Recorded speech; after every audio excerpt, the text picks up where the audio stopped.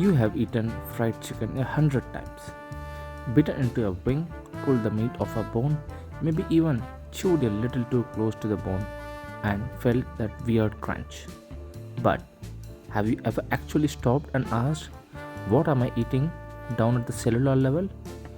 Not the marketing version, but the bucket and bargain version. The actual biology sitting on a plate.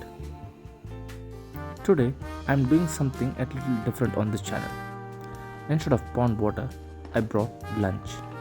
A KFC burger, some wings, and a box of popcorn chicken. And yes, the ketchup. I'm going to eat like normal, and then I'm going to take what's left and put it under the same microscope I used to study rotifers and water fleas and find out what fried chicken actually looks like when you zoom in far enough. There's one sample coming up around the middle of this video that genuinely surprised me. I did not expect to see that much structure still intact after frying. Stick around for that. Let's start with the lunch. Alright, lunch is done now. Now the real experiment starts. I've kept one wing bone aside and it's going to straight onto a petri dish because from here on this isn't a meal anymore, it's a specimen. Here's my plan. I'm going to take 4 different samples of this one single bone because a chicken bone is actually 4 different tissues stacked together and each one is going to look completely different under the lens. The first sample is the surface powder. I'm scraping the outer layer of the bone with a knife. What comes off looks like fine powder, almost like chalk dust. That's not an accident. That's bone mineral, mostly calcium and phosphate. The same stuff that makes bones rigid, now broken down into loose fragments by the frying and the scraping. This goes straight onto a glass slide.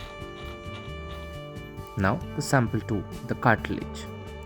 If you ever felt a slightly rubbery glass patch near the joint end of a wing bone, that's the cartilage.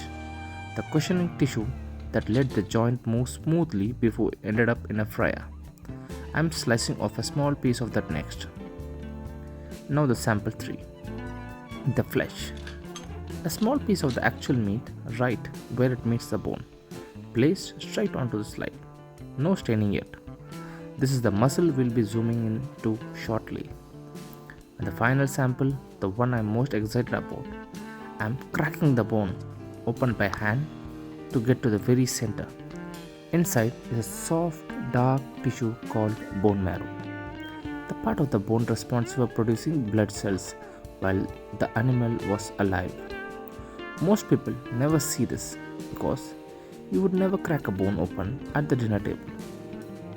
I'm scooping a small piece out of it and placing it on one slide. Now all 4 samples from the same bone, the surface powder, cartilage, flesh and marrow, all from a single wing, all about to look completely unrecognizable under magnification. Let's start with the muscle. First up is a flesh sample, and this is the one that genuinely caught me off guard because I expected frying to have wrecked the internal structure, but it didn't.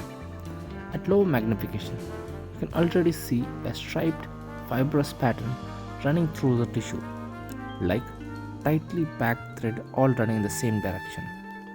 Those are muscle fibers, the long thin cells that were once contracting to help the chicken flap its wing. Even after being battered and deep fried, the fiber alignment is still visible, like the structure survived the cooking process almost intact. I'm also noticing a few small round droplets scattered between the fibers. I can't say for certain what they are without staining. They could be trapped air bubbles from the frying, or they could be remnants of cell nuclei. Being upfront, I am not fully certain, and I'm not going to guess dressed up as fact. Now watch what happens when I switch to higher magnification. The fiber becomes much clearer. Now you can actually make out individual strands running side by side, almost like looking at a bundle of rope up close, where a moment ago it looked like one thick cable. The sample is thicker than I would like, which limits now how sharp it gets. But even at this thickness, the individual fibers are unmistakable. This is the muscle tissue, plain and simple, just now sitting on a glass slide instead of a bone. That's the flesh. Next, let's look at the tissue that was cushioning the joint, the cartilage. Cartilage is a strange material if you think about it. Firm enough to hold its shape, flexible enough to bend, and completely different from both bone and muscle under the microscope. At standard magnification, the structure looks layered, multiple sheets of cells stacked on top of each other, almost like pages in a book, rather than the fibrous thread like pattern we just saw in the muscle. That layering is what gives the joint its cushioning in the first place. Cartilage doesn't contract like muscle does. It absorbs pressure and spreads it out. Switching to higher magnification now, and the individual cell layer becomes easier to separate visually. You get a much better sense of just how many thin sheets are packed into what look like to naked eye like a single rubbery strip. So far, we have seen threads of muscles and sheets of cartilage. Next, back to the hardest part of the bone, the powder we scraped off the surface. Remember the fine powder we scraped off the bone? Under the microscope, it's not just dust, there's actual structure in there, small fragments with a fluid like residue around them, and grainy powder like particles scattered throughout the field of view. That fluid you're seeing is likely residual fat and moisture from the frying process still clinging to the mineral fragments. This is a part of the chicken most people never think about because you crunch through it accidentally and swallow before you ever consider looking closer. But under the lens, it's clearly not just crunch, it's structured mineral material broken down into fragments by scraping and heat. One tissue left, one hidden deepest inside the bone, the marrow. This is the sample I had to break the bone open by hand to reach, and it's the one I have been building up to the whole video. On its own, bone marrow under the microscope looks scattered and low contrast, soft fatty tissue that doesn't show much detail without help. So I added a small amount of methylene blue solution, a stain we regularly use on this channel for pond organisms to boost the contrast. And that's the difference. One stain structures inside the marrow were nearly invisible a moment ago start to stand out clearly the blue background. This is the same tissue responsible for producing blood cells inside a living bird, now sitting stained on a glass slide. Several steps removed from the fried wing it came from 30 minutes ago.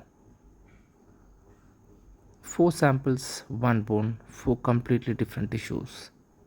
The mineral powder, cartilage, muscle, and marrow.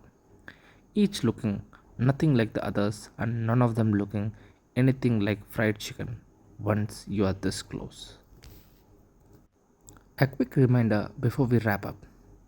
Not everyone has access to a microscope, but everyone can see this world through this channel.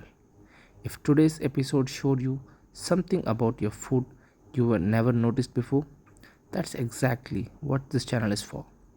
Hit subscribe so the next one finds you.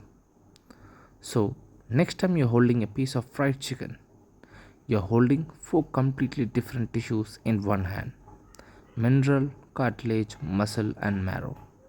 And every single one of them looks like something else entirely once you zoom in far enough. If you enjoyed this one, hit subscribe, drop a like, and let me know in the comments which sample surprised you the most: the muscle fibers, the cartilage layers, or the marrow. And if you want to see something wilder than fried chicken, I've got pond organisms waiting for you, the sample 3 series. Link is right above this video. See you in the next one.